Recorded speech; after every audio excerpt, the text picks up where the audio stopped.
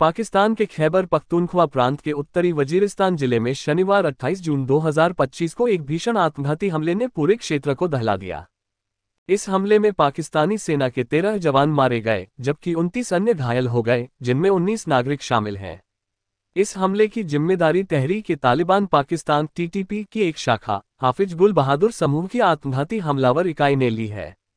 ये हमला हाल के महीनों में इस क्षेत्र में हुआ सबसे घातक हमला माना जा रहा है, जिसने पाकिस्तान की सुरक्षा स्थिति पर गंभीर सवाल खड़े कर दिए हैं।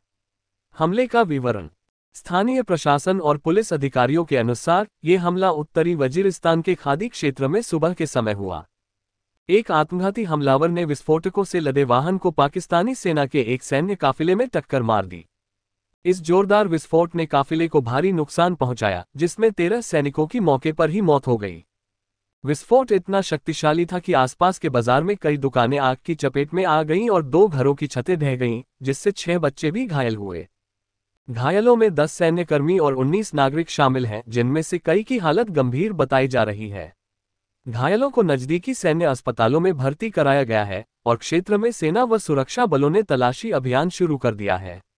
हालांकि पाकिस्तान सेना की मीडिया शाखा inter services public relations (ISPR) ने अभी तक इस हमले पर कोई आधिकारिक बयान जारी नहीं किया है। तालिबान का बढ़ता खतरा। पाकिस्तान में 2021 में अफगानिस्तान में तालिबान के सत्ता में लौटने के बाद से सीमावर्ती क्षेत्रों, विशेष रूप से खैबर पख्तूनख्वा और बलूचिस्तान में आतंकी हमलों में तेजी आई है। इस्लामाबाद ने बार बार अफगान तालिबान पर आरोप लगाया है कि वे पाकिस्तानी तालिबान (TTP) को शरण दे रहे हैं, जो इन हमलों को अंजाम दे रहे हैं। हालांकि अफगान तालिबान इन आरोपों से इनकार करता है और उल्टा पाकिस्तान पर इस्लामिक स्टेट (IS) जैसे आतंकी समूहों को पनाह देने का आरोप लगाता है। ग्लोबल टेररिज्म इंडेक्स 2025 की हालिया रिपोर्ट के अनुसार पाकिस्तान में आतंकी हमलों से होने वाली मौतों की संख्या 2024 में खतरनाक रूप से बढ़ी है। 2023 में जहां 748 लोग आतंकी हमलों में मारे गए थे, वहीं 2024 में ये संख्या बढ़कर 1081 हो गई, जिसके कारण पाकिस्तान वैश्विक आतंकवाद सूचकांक में दूसरे स्थान पर है।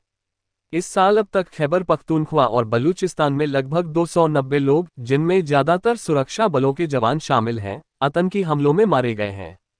हाफिज गुल बहादुर समूह की भूमिका।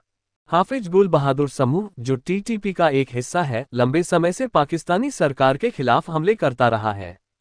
इस समूह का उद्देश्य पाकिस्तान में इस्लामी शासन स्थापित करना है। हाल के महीनों में TTP और बलूच लिबरेशन आर्मी (BLA) जैसे संगठनों के बीच समन्वय की खबरें भी सामने आई हैं, जिसने पाकिस्तान की सुरक्षा चुनौतियों को और जटिल कर दिया है।